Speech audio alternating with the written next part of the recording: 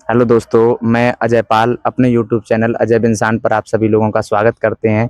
आज हमारे साथ खास मेहमान मिस्टर अशोक कुमार जो दिल्ली पुलिस में पिछली भर्ती में सिलेक्ट हुए हैं। हमने इनसे बहुत रिक्वेस्ट करने के बाद ये वीडियो आपके लिए लेके आए हैं। कंप्लीट स्ट्रेटजी के लिए आने वाले जो स्टूडेंट्स हैं, आने वाले जो एग्ज़ाम्स हैं, उसमें आपको ये वीडियो बहुत हेल्प करेगी, जिससे कि आप पूरी गाइडेंस इनसे ले सकते हैं। किस तरह से इन्होंने अपनी प्रिपरेशन की, कहाँ से ये सोर्स फॉलो किए, किस तरह की दिल्ली पुलिस की जॉब है, क्या जॉब प्रोफाइल मतलब क्या सैलरी है, और किस तरह का वर्क कल्चर, लोड, ये सब चीज़ें हम आज डिटेल में डिस्कस करेंगे। आप वीडियो के अंत तक बने रहेंगे, आपको बहुत कुछ जानने को मिलेगा।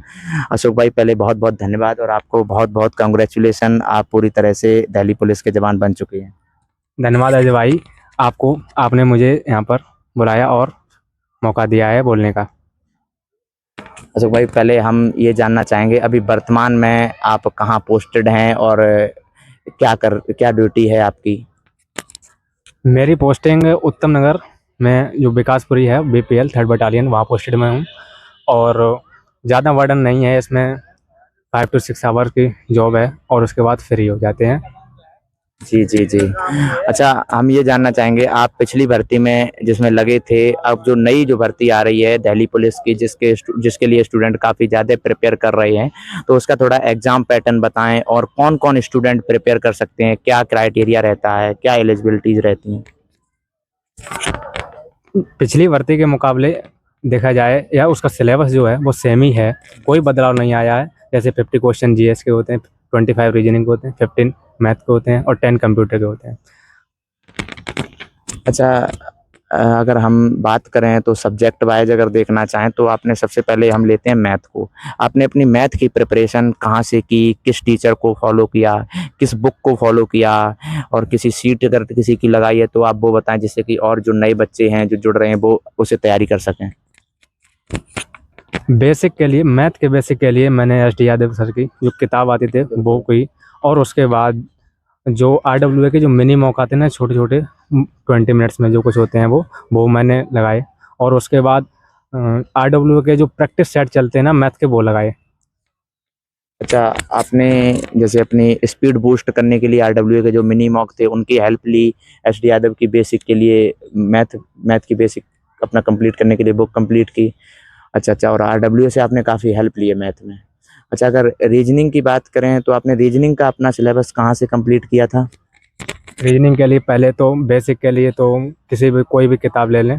और उसके बाद मैंने यूट्यूब चैनल था एक अपनी पाठशाला करके, जो राहुल शर्मा सर का था, वो जी। उससे पूरा किया। और उसके बाद RWA के मिनी मॉक्स छोटे छोटे लगाए। और उसके बाद भी RWA के जो छोटे प्रैक्टिस सेट चलाते ना एग्जाम टाइम, वो पूरे किए। अच्छा, आपने बेसिक जो शुरुआती जो आपने रीजनिंग की अपनी की थी तो वो राहुल शर्मा सर जो माई पाठशाला पहले पढ़ाते थे, अभी उनका चैनल है DCA विद राहुल शर्मा। अच्छा, आपने वहाँ से रीजनिंग को कंप्लीट किया।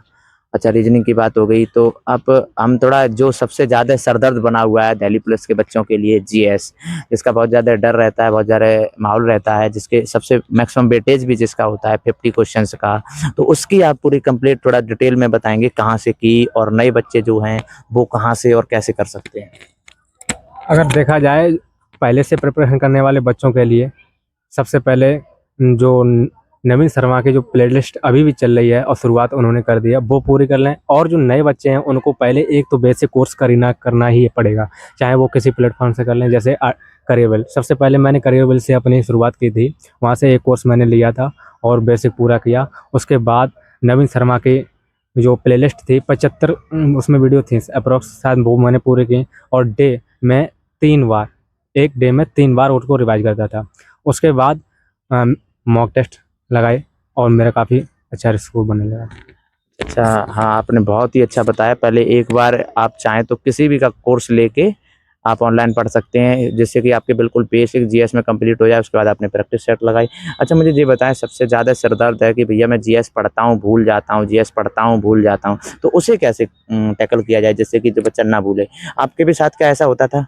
हाँ, ये मेरे साथ नहीं, हर बच्चे के साथ होता है, क्योंकि जितना रिवीजन करोगे उतना याद रहेगा। Revision makes man perfect. अच्छा, आपने रिवीजन बहुत किया है इसका। अच्छा अच्छा, आपने रिवीजन काफ़ी टाइम दिया है। अशोक सर, एक डाउट और बच्चों का रहता है, जैसे कंप्यूटर सब्जेक्ट है, काफ़ी बच्चों को हार्ड लगता है या फिर किसी को ज़्यादा प्रॉब्लम होती है, और हमने भी एग्ज़ाम दिया तो कंप्यूटर काफ़ी डिफ़िकल्ट आता है एसएससी में, तो आप उसके लिए आपने कैसे तैयारी की थी? कंप्यूटर में केवल 3 या 4 ही टॉपिक हैं, जैसे एमएस वर्ड, एमएस एक्सेल, ये और फंडामेंटल उसकी जो थी। इसके लिए मैंने तैयारी शिवम सिंह सर, जो मैनपुरी में इनकी कोचिंग बीएल स्टार के नाम से है, ऑफलाइन के लिए वहाँ बेसिक के लिए गया था। और उसके बाद जो नवी वो सॉरी आरडब्ल्यू के जो मैराथन ली थी शिवम सर ने, लगभग 2-3 घंटे या 4-5 घंटे जो कुछ थी उसको कंप्लीट करके मैंने कंप्यूटर कंप्लीट किया, और मिनी मॉक भी लगाई इसके लिए। अच्छा, तो आपने थोड़ा-सा इस वाली कंप्यूटर सेंटर के लिए आपने ऑफ़लाइन भी हेल्प ली है। अच्छा, तो ऑफ़लाइन वाले का आप थोड़ा नंबर और वो बताना, मैं डिस्क्रिप्शन में लगा दूँगा कॉन्टैक्ट नंबर उनका, ठीक है? अच्छा, अगर हम बात करें जैसे कि टेस्ट सीरीज़, तो मतलब सब लोग बोलते हैं, अच्छा हमने भी देखा है टेस्ट सीरीज़ की बहुत ज़्यादा इम्पोर्टेंस रहती है। आप थोड़ा अपने शब्दों में बताएँ टेस्ट सीरीज़ आपने कहाँ से लगाई और टेस्ट सीरीज़ की क्या इम्पोर्टेंस थी आपके लिए? बिना टेस्ट सीरीज के सिलेक्शन इम्पॉसिबल है। अगर टेस्ट सीरीज नहीं लगाएंगे तो आपको पता ही नहीं लगेगा कि मेरी प्रिपरेशन ग्रो कर रही है या नीचे जा रही है। अगर टेस्ट सीरीज लगाएंगे तो उससे पता लगेगा कि मैं स्टेबल हूँ या ऊपर हूँ। अगर टेस्ट सीरीज में मार्क बढ़ते हैं, फ्लक्चुएट तो होते ही रहते हैं, जिससे डिमोटिवेट ना हो। अंततः जब लगातार लगाते रहेंगे ना, तो एक टाइम ऐसा आएगा कि आपके मार्क्स ग्रो करने लगेंगे। अच्छा, तो अगर हम ये जानना चाहें कि टेस्ट सीरीज़ आपने किसकी लगाई? आपने कुछ फ्री टेस्ट सीरीज़ बताएँगे आप? जैसे कि मुझे लग रहा है कि एक जो अभी गगन प्रताप सर ने अपना ऐप लॉन्च किया है, आप उसे डाउनलोड करके उन्होंने फ्री प्रीवियस ईयर के क्वेश्चन उसमें फ्री दे रखे हैं, तो आप वो क्वेश्चन लगा लेंगे। और आपने फ्री टेस्ट सीरीज़ कहाँ से लगाई थी, थोड़ा वो बताएँ? गगन प्रताप सर ने तो अभी लॉन्च किया है, उससे पहले नहीं था जब मैं प्रिपरेशन कर रहा था।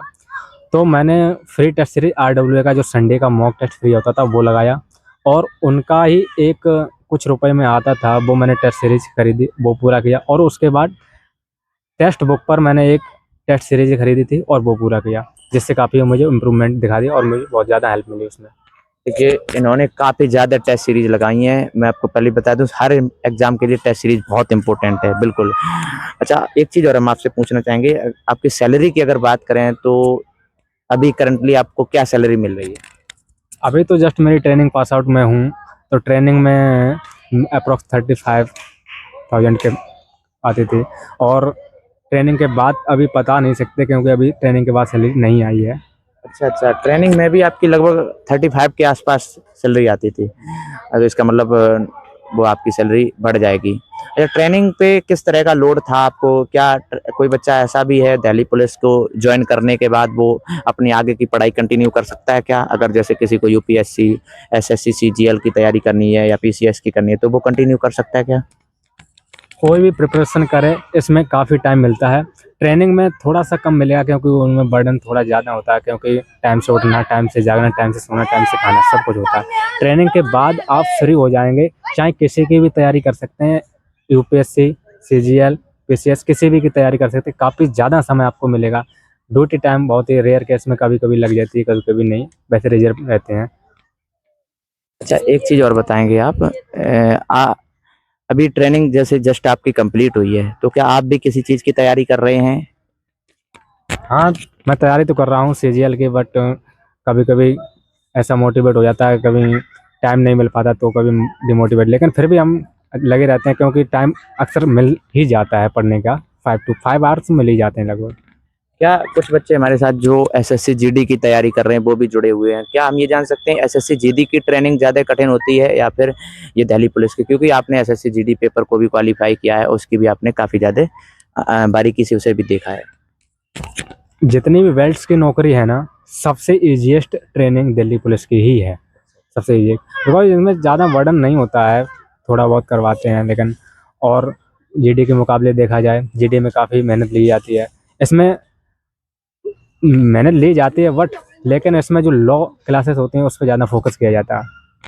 अच्छा, अच्छा, अच्छा, लॉ की क्लासेस जो होती हैं मतलब पढ़ाई ज़्यादा की जाती है। अच्छा, एक चीज़ बताएँगे, जैसे इसका फिज़िकल बहुत टफ है, कई सारे बच्चों का एग्ज़ाम निकल जाता है लेकिन उनका फिज़िकल नहीं निकलता है। फिज़िकल में उन्हें बहुत ज़्यादा परेशानी का सामना करना पड़ता है।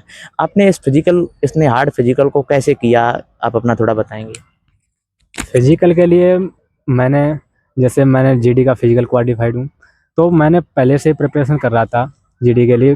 तो जीडी का पेपर निकल गया था, फिजिकल निकल गया था और मैं मेडिकल अनफिट हूँ उस वजह से।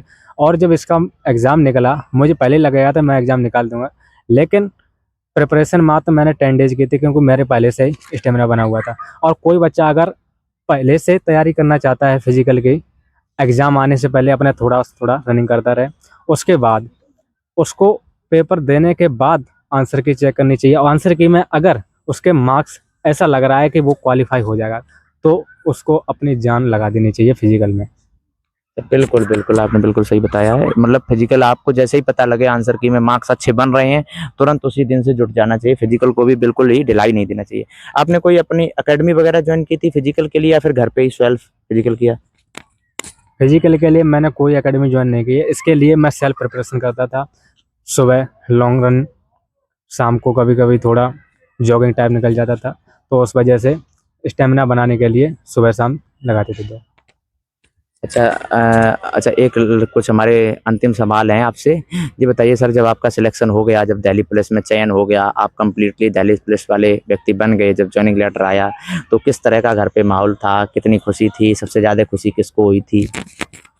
ज्वाइनिंग लेटर तो मेरे घर पे नहीं आया, मुझे सम्मान समारोह में लखनऊ बुलाया गया था, तो वहाँ जाकर रिसीव किया तो काफ़ी अच्छा महसूस हो रहा था। और फर्स्ट व्यूज़ जब मैं घर पहुँचा तो बहुत ज़्यादा खुशी हुई थी पेरेंट्स को देखते हुए, तो उनको लगता था कि उनका बेटा कुछ ना कुछ करेगा, तो उनको पहले सपने के रूप में दिल्ली पुलिस उनको सपनों के रूप में प्राप्त हुई।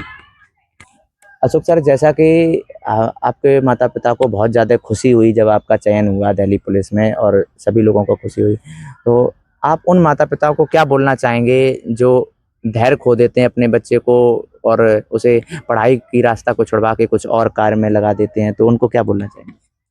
उनसे मेरा यही निवेदन है कि बच्चे को हमेशा मोटिवेट करते रहें, उसको मिसगाइड तो बिल्कुल ना करें ताकि वो कोई गलत रास्ता ना चूज़ कर ले। तो उसको जैसे पेपर अगर नहीं निकला तो कुछ नहीं हुआ, पेपर ही सब कुछ नहीं होता है, नौकरी ही नहीं सब कुछ होती है, और भी रास्ते हैं जिससे बच्चा अपनी लाइफ में ऊंचाइयों पर जा सकता है। और उसको हमेशा मोटिवेट करते रहें, अगर उससे ये भी कहें कि इस बार नहीं हुआ तो अगली बार हो ही जाएगा। अच्छा, अच्छा। जी, बहुत-बहुत धन्यवाद अशोक सर, आप हमारे यहाँ आए और आपने अपना बहुत कीमती समय दिया। आप अंतिम समय में कुछ बच्चों को पढ़ने के लिए कुछ प्रेरित करना चाहें या फिर कोई और जैसे जीएस जो सबसे ज़्यादा सर दर्द है, तो जीएस के कुछ मुख्य टॉपिक अगर आप बताना चाहें, तो आप बता सकते हैं। जीके में मुख्य टॉपिक तो स्टैटिक जीके ही है। स्टैटिक जीके का रामबाण इलाज है नवीन शर्मा सर, इसके अलावा और कुछ ना देखें तो ही फायदा है।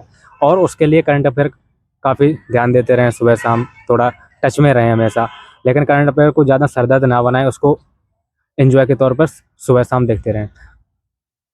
जी, बहुत-बहुत धन्यवाद अशोक सर और आपको बहुत-बहुत शुभकामनाएँ अग्रिम आपकी सफलताओं के लिए। आप इसी तरह से ऊँचाइयाँ छूते रहें और हमारे साथ आते रहें। बहुत-बहुत धन्यवाद।